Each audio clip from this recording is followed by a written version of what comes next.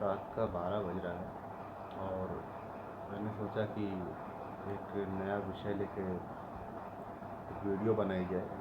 काफ़ी लोगों को इसके बारे में कन्फ्यूज़न रहती है कि प्रव्रज्या योग क्या है। तो प्रव्रज्या योग को एक तरह से संन्यास योग भी कहा जाता है कि लोग इसमें संन्यास ले लेते हैं।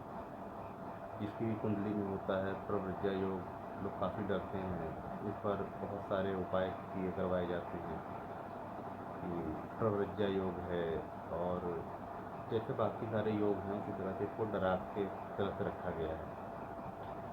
जिसकी कुंडली में होता है उसको अगर बता दिया जाता है कि भाई आपकी कुंडली में प्रव्रज्या योग है, तो उसके घर वाले परेशान हो जाते हैं। या जो बच्चा पैदा हुआ है, अगर उसके माता पिता को बता दिया जाए कि आपके बच्चे की कुंडली में प्रव्रज्या योग है, वो लोग भी परेशान हो जाते हैं कि भाई ये क्या, संन्यास ले लेगा, फिर इसका आगे का जीवन कैसा चलेगा। कुछ लोगों को ऐसा देखा गया है कि वो अपने जब वो देख भी जानते हैं कि हाँ हमारी कुंडली में संन्यास योग है, तो बड़े खुश होते हैं कि हाँ चलो हम संन्यास योग है, हम सन्यासी बनेंगे। कुछ घबरा जाते हैं। तो विस्तार में जानते हैं कि प्रव्रज्या योग होता क्या है असल में।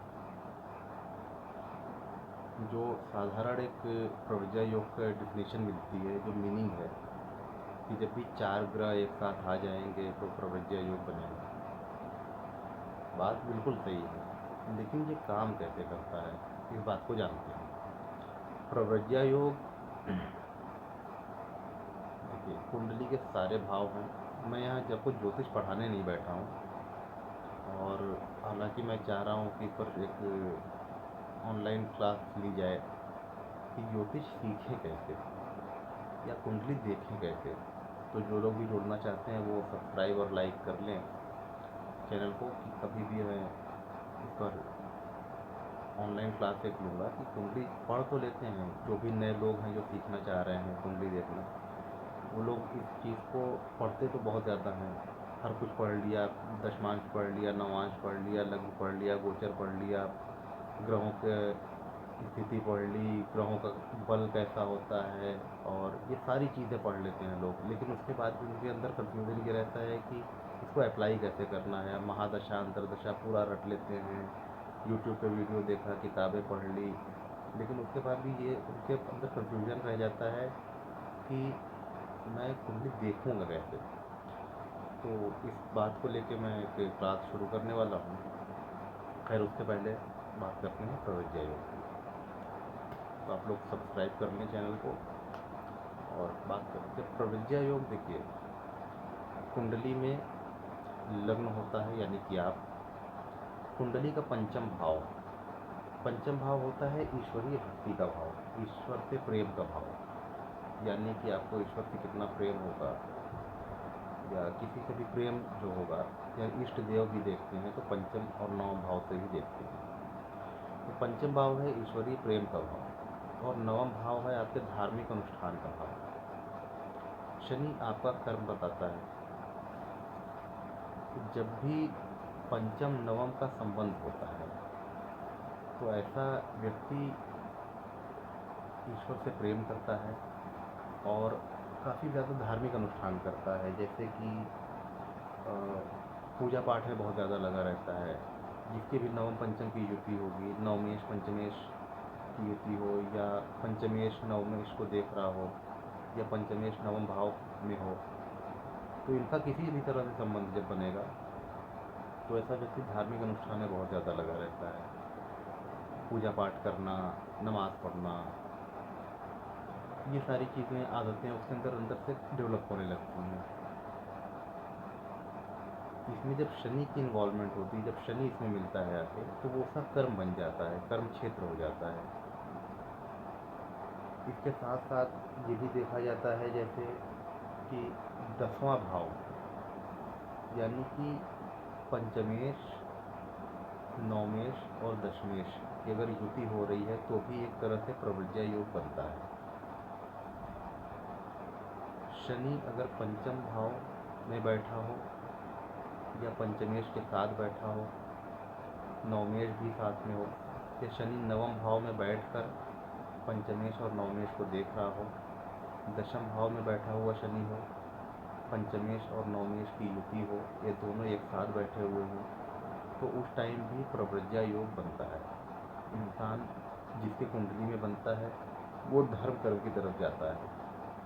दूसरी तरफ एक सूत्र ये भी मिलता है कि जब भी कुंडली में अगर शनि लग्नेश को देख रहा है या चंद्रमा जिस राशि में बैठा हुआ है उस राशि को कोई शुभ ग्रह नहीं देख रहे हैं, या चंद्रमा पर किसी शुभ ग्रह की दृष्टि नहीं है और अकेला शनि उसको देख रहा है, और शनि पर भी किसी शुभ ग्रह की दृष्टि नहीं है।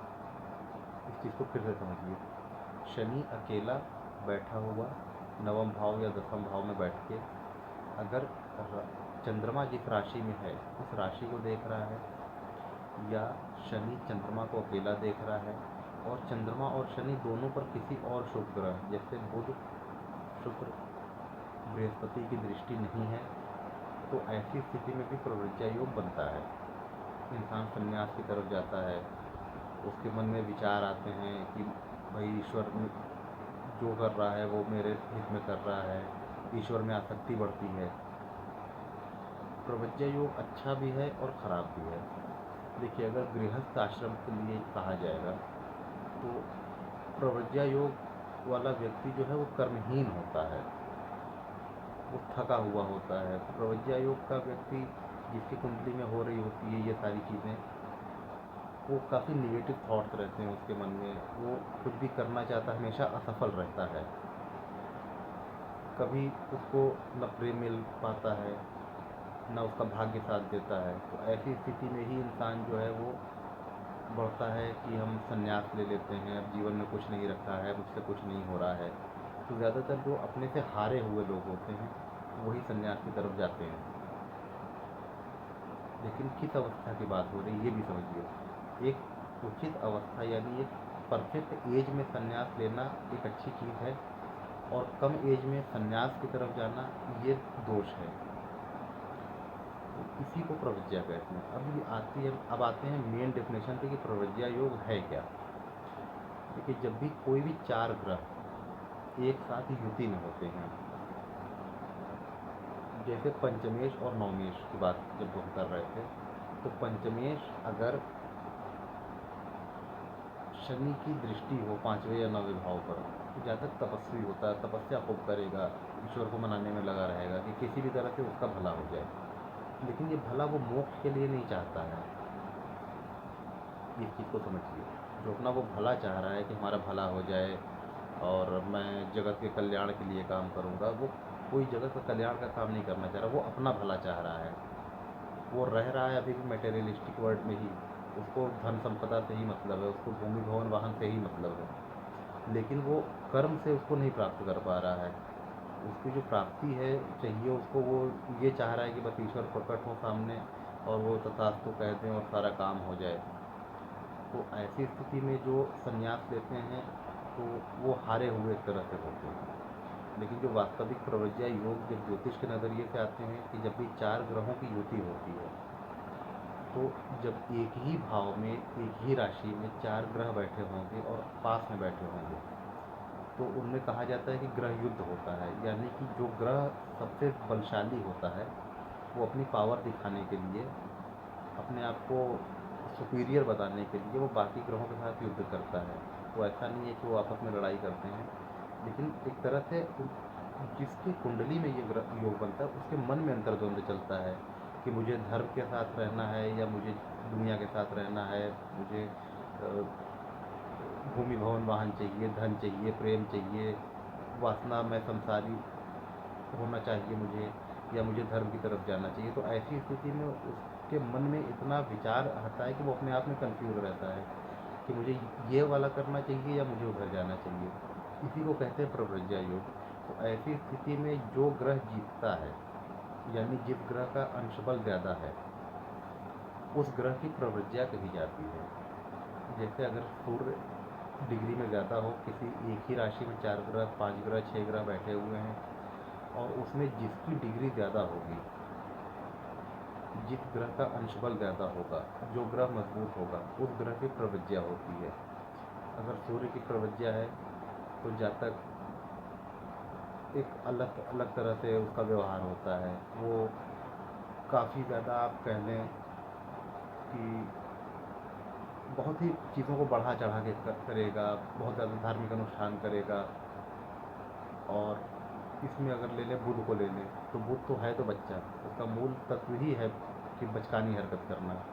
तो जब प्रव्रज्या योग में अगर बुध बल में जीतता है, बुध की प्रवृत्तियाँ होती है, तो ऐसी स्थिति में आप देखेंगे कि जिस जातक की कुंडली में बुध की प्रवृत्तियाँ होगी, यानी बुध एक साथ 4-5 ग्रहों के साथ बैठकर बुध बलशाली होगा ज़्यादा, तो ऐसा जातक कपट वेशधारी कहा गया है। यानी कि उसका वेशभूषा जो होगी वो सन्यासी वाली तो होगी, लेकिन वो सन्यास का कर्म नहीं करेगा, यानी उसके अंदर कपट होगा। तो बस यही चीज़ होती है कि प्रव्रज्या योग को इसी तरह समझा जाता है। दूसरी चीज़ है कि कोई बहुत ज़रूरी नहीं है, बहुत से साधु महात्मा हैं, संत हैं, ऋषि मुनि हैं कि जिनके कुंडली में प्रव्रज्या योग नहीं है, उसके बाद भी वो संन्यास धारण कर रहे हैं, वो सन्यासी हुए। तो वो सन्यासी किस लिए हुए? बहुत सारे योग हैं, लेकिन जो मेन है कि आपको पंचमेश, नवमेश, पंचम भाव और नवम भाव को देखना है। शनि की स्थिति देखनी है कि शनि इन दोनों भावों पर क्या प्रभाव डाल रहा है। उसके बाद शनि जहाँ भी जिस भी ग्रह के साथ बैठेगा वैसा इंसान का कर्म बनाता है। यानी शनि अगर गुरु के साथ बैठा है तो उसका कर्म गुरु ग्रह के जो भी तत्व होंगे, जैसे गुरु की प्रकृति होगी उस कुंडली के हिसाब से, उस हिसाब से उसका कर्म होता चला जाएगा। गुरु अगर अच्छे भाव में बैठा हुआ है तो उसकी प्रवृत्ति भी अच्छी वाली होगी। यानी आप ये देख इस तरह से समझिए इसको कि गुरु का काम है कि वो धर्म कर्म के साथ रहे, लेकिन अगर खराब भाव में है तो सन्यासी भी खराब होते हैं और अच्छे होते हैं। ये सतयुग या त्रेता युग नहीं है कि नहीं सन्यासी है तो बहुत अच्छा होगा। तो इसीलिए हर चीज़ को जो आचार्य पराशर ने कहा है कि कलयुग का फल ही अलग होता है। तो इस चीज़ को ध्यान में रख के जब आप प्रेडिक्शन करेंगे, फलादेश करेंगे, तो काफ़ी चीज़ें खुल कर सामने आएंगी। दूसरी बात, सबसे ज़रूरी बात जो ये है कि प्रव्रज्या योग वर्ग कुंडलियों में यानी नवमांश कुंडली में और भाव चलित कुंडली में भी होना चाहिए। अगर भाव चलित कुंडली में, नारायण भाव चलित कुंडली में अगर कोई ग्रह, जो ग्रह 4 ग्रह एक साथ बैठे हुए हैं, अगर वो कुंडली में, लग्न कुंडली में तो दिख रहा है कि हाँ 4 ग्रह की युति एक साथ है, लेकिन अगर भाव चलित कुंडली में वो उनकी राशि चेंज हो जा रही है, भाव बदल जा रहा है, वो कोई भी एक ग्रह उसमें से आगे पीछे हो जा रहा है, तो ऐसी स्थिति में प्रव्रज्या योग भंग होता है। प्रव्रज्या योग सबसे प्रबल तब होता है जब लग्न कुंडली में भी हो प्रव्रज्या योग और नवमांश कुंडली में भी प्रव्रज्या योग हो। नवमांश कुंडली में कहते हो जब सारे ग्रह एक ही राशि में बैठे होंगे और बिल्कुल आसपास बैठे होंगे। ऐसा नहीं होगा कि एक ग्रह 1 डिग्री का है और दूसरा ग्रह 29 डिग्री का है, तीसरा ग्रह 15 डिग्री का है और चौथा ग्रह 7-8 डिग्री का है। तो ऐसे में प्रव्रज्या योग दिखाई तो देगा लेकिन वो बनेगा नहीं। क्यों? क्योंकि उन सबके जो नवमांश होंगे वो अलग अलग होंगे। जब सारे ग्रह एक साथ होंगे, देखिए जो लोग भी 2020 में पैदा हुए हैं, जो बच्चे, उस समय 4 ग्रह की युति हो रही थी और अभी इस महीने अक्टूबर यानी 2022 में अक्टूबर नवंबर के बीच का जो ये टाइम जा रहा है, इसमें भी 4 ग्रह की युति होने वाली है। लेकिन ऐसे में प्रव्रज्या योग बन तो रहा है, तमाम तरह के कमेंट्स आ रहे हैं, पोस्ट हो रहा है, ज्योतिष लोग अपना वीडियो डाल रहे हैं कि हाँ प्रव्रज्या योग बन रहा है, लेकिन ऐसी स्थिति में भी प्रव्रज्या योग नहीं बन रहा है। कारण क्या है कि केतु बैठा हुआ है।